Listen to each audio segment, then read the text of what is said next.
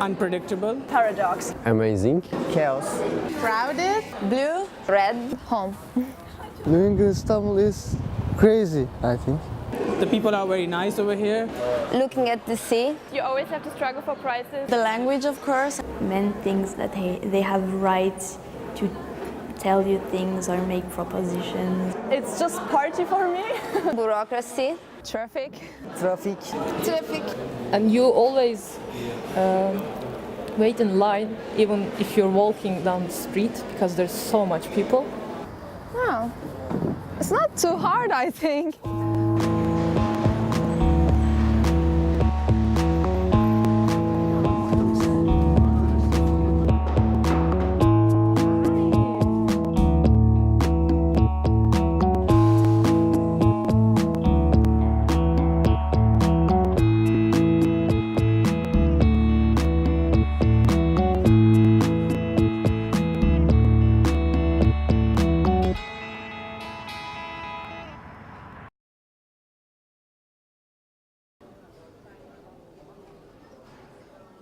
Hej. Hej. Hej. Lad os gå indenfor. Ja, mig og Laura, vi ses faktisk rigtig meget. Altså, jeg tror, at det er meget, et eller andet sted meget naturligt, at man også gerne vil have nogle venner, hvor man kan tale sit eget sprog, og hvor man netop kommer fra det samme. Det tror jeg også er meget naturligt. Jeg tror bare, at jeg måske tager direkte ind og mødes med jer. Ja. Jeg har kjole på og sådan noget, så jeg tænkte over, at jeg skulle have noget på. Det er jo bare det med trafikken her. Altså, man bliver virkelig nødt til at tænke over, at man ikke kan nå hjem. Altså nogle gange i timerne, så går man jo sammen, ofte Erasmus-studerende eller udvekslingsstuderende, fordi at hvis der er en masse tyrkere, der taler tyrkisk, så kan man jo ikke lige forstå, hvad de siger, og de har deres venner, som de altid har kendt, mens de har gået her, så jeg tror, at man måske rimelig hurtigt nogle gange i klasserne og sådan noget, finder sammen med de andre udvekslingsstuderende, og det er også det, man tit tager i byen med. Jeg tror, at det er rigtig vigtigt at have nogle tyrkiske venner også, fordi man er kommet hertil også for at lære noget om det samfund, man er taget til, og det er jo gennem de tyrkiske venner, at man kan forstå det tyrkiske samfund. Before, when you were invited to somebody's house, they give you coffee with water. Okay. If you drink water, it means that you're hungry. You cannot drink the coffee, so they bring you food. It's a nice way to say that you're hungry. Det er det at lære, altså det er at udvikle sig selv, at man kommer ud og prøver at forstå andre menneskers situation. Og at man ikke bare bliver hjemme i lille Danmark og isolerer sig, eller kun sammen med folk, der kommer fra de samme steder i verden, tæt på, hvor man selv bor. Så jeg synes, det er vigtigt at udvide sin horisont, men det er jo ikke alle, der har brug for det. Like it's very sunny, but Turkish girls are so cold, but you're like, oh, there's sun, and you just try to get some sun. Yeah. When you go back to Denmark, I believe that you will have a better perspective on Turkish people who live in Denmark. Jeg har rejst meget, men jeg har aldrig boet i et andet land. Det er måske også sådan lidt kliché og måske egentlig sådan lidt imperialistisk et eller andet sted. Man har en eller anden idé om de andre, der er eksotisk. Altså folk, der bor her, de synes jo, det her det er normalt og kedeligt sikkert, ikke? Og Danmark er eksotisk. Det giver en eller anden sus i maven at opleve noget, der er helt anderledes end det, man kender til.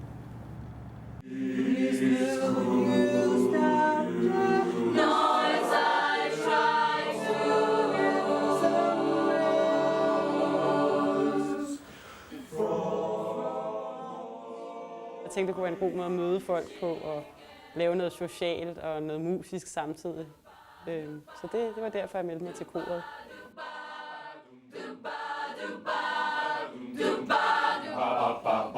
Det er jo lidt svært for os, der ikke taler tyrkisk, fordi der bliver snakket rigtig meget tyrkisk. De glemmer lidt nogle gange, at vi er der. Halleluja sahneye çıkacağımız durumda olmalı. Halleluja bitti abi. Halleluja daha fazla kimsenin uğraşmaması gerekiyor şu an. Herkesin. Man kan godt mærke, at de har et fællesskab, også fra før vi har været med i koret, hvor de kender hinanden rigtig godt, og de har mange jokes på tyrkisk, og de snakker meget. Det går man ligesom lidt glip af, fordi at man ikke forstår et hak af, hvad de siger.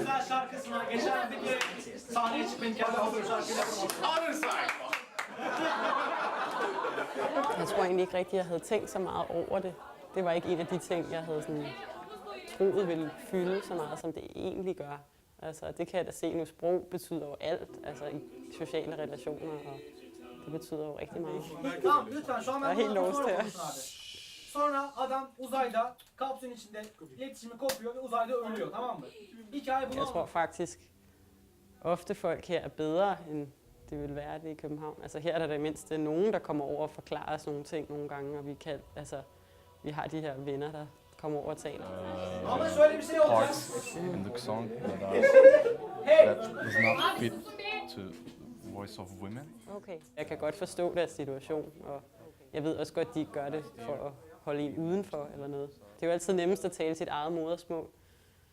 Så jeg tror bare, at man gør det i livet, der er nemmest. Altså, man vælger de løsninger, der er de mest nemme lige i situationen, og det er jo klart, og så gider man jo ikke ligesom tænke over, at der er nogle andre, der ikke lige kan følge med. Abi helal olsun.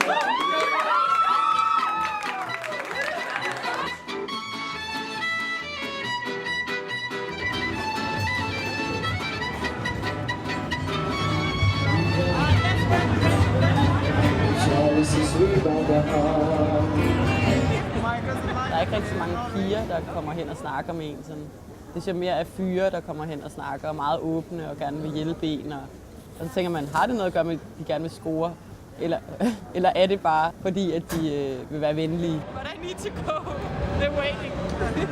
Very nice to meet you. Bye bye guys. Have a nice evening. Bye bye. Jeg havde hørt alle mulige historier fra folk om, at mændene her bare var så offensive og gramsede på en på gaden. Og jeg synes sådan generelt, når man går rundt på gaden, og sådan, så synes jeg overhovedet ikke, at folk har været specielt offensive.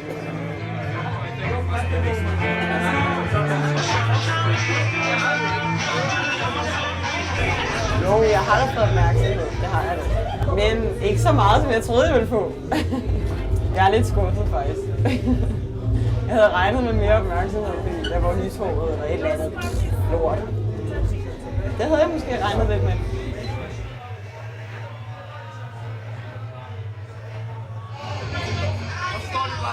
Jeg er blevet lidt fuld, så det er lidt nemmere at snakke med ham. Han er jo hollænder, så det tror jeg måske nogle gange er lidt de nordiske, nordeuropæiske lande måske. Men når jeg taler med nogle tyrkiske mænd, synes jeg, det kan være lidt svært at finde ud af, om de er interesserede eller om de ikke er interesserede. Så det kan jeg heller ikke med ham her. Så det, i det hele taget er det nok bare lidt helt universelt, som jeg ikke kan finde ud af.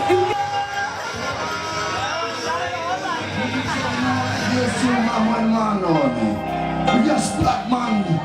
Yes, Africa man. Man er lidt mere en kvinde, hvor der bliver holdt dør for en, mænd der rejser sig op for dig i bussen, hvor man kan sidde og vil gerne betale for dig. Så jeg synes det er helt klart, at kønsrollerne er mere tydelige her end herhjemme. Jeg har da mødt mange, der går i seng med deres kærester og har one-night stands.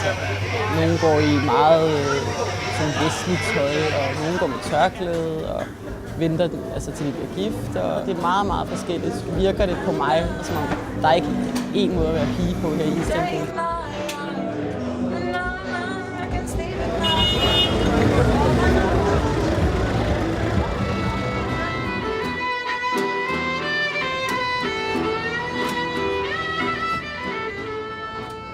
Der er bare sket så meget op i hovedet på mig på mange måder. Altså, det var ret svært i starten. Jeg følte mig meget skrøbelig og meget ensom. Og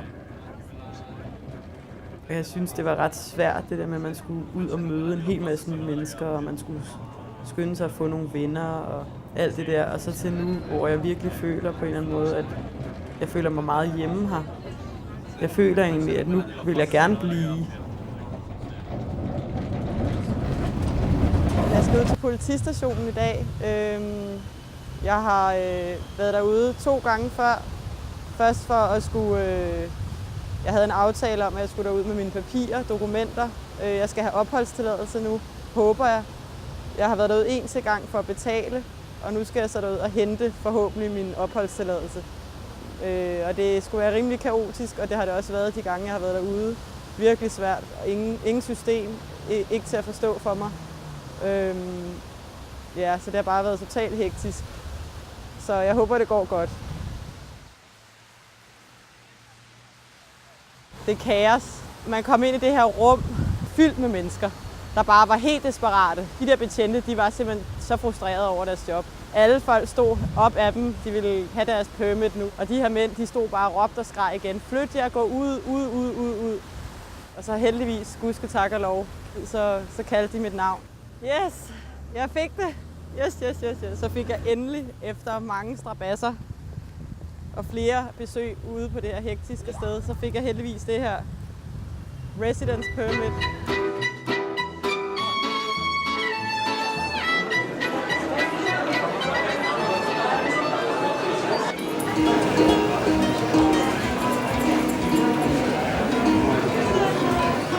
Denmark. Denmark? Yes. 70 lira. 70 lira? Yes, 28 euro. Oh my god. Too much for me. I'm student. You're student? Student. Really? Yes. How much you want? Istanbul student. Really? Yes. How much you want? 10 lira? No.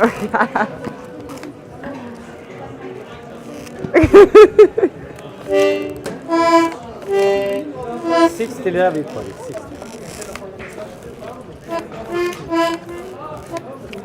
Oh, too much. Too much. You break my heart. Sorry. Sorry. I'm sorry. I am sorry, not sorry. Der står ikke nogen priser på varerne her i bazaren. Det hostler man sig frem til. I don't know. I don't know. Sorry.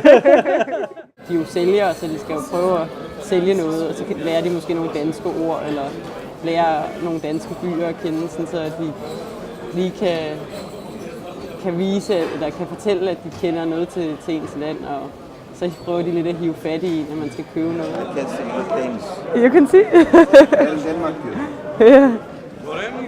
I've been there in Copenhagen. You've been, yeah. Do you like it?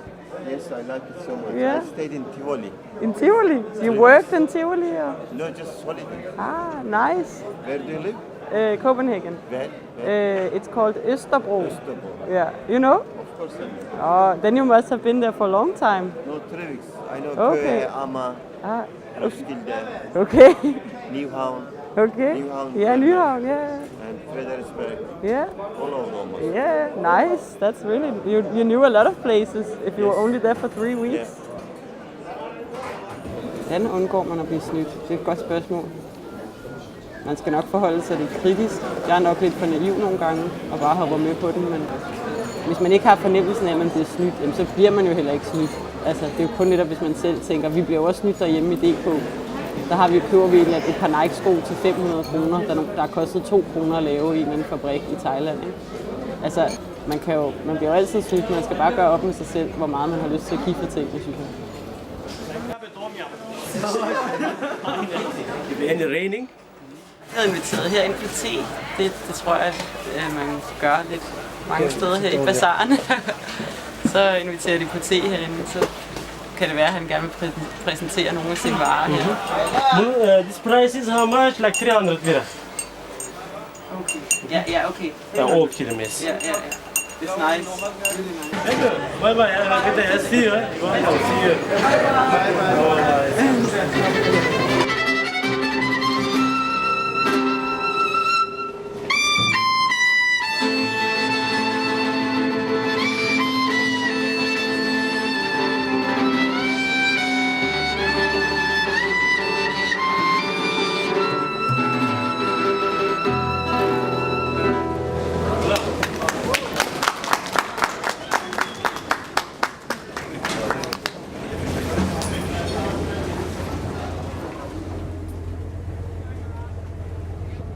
Jeg er begyndt nu at holde ret meget af den her by. Jeg føler ligesom, det er lidt min by på en eller anden måde. Ligesom jeg har haft det med København altid. Det der med, du er min by, og vi forstår hinanden. Altså, jeg føler mig tryg, og den gør mig glad, og ligesom et forhold, at man bare har det godt med hinanden.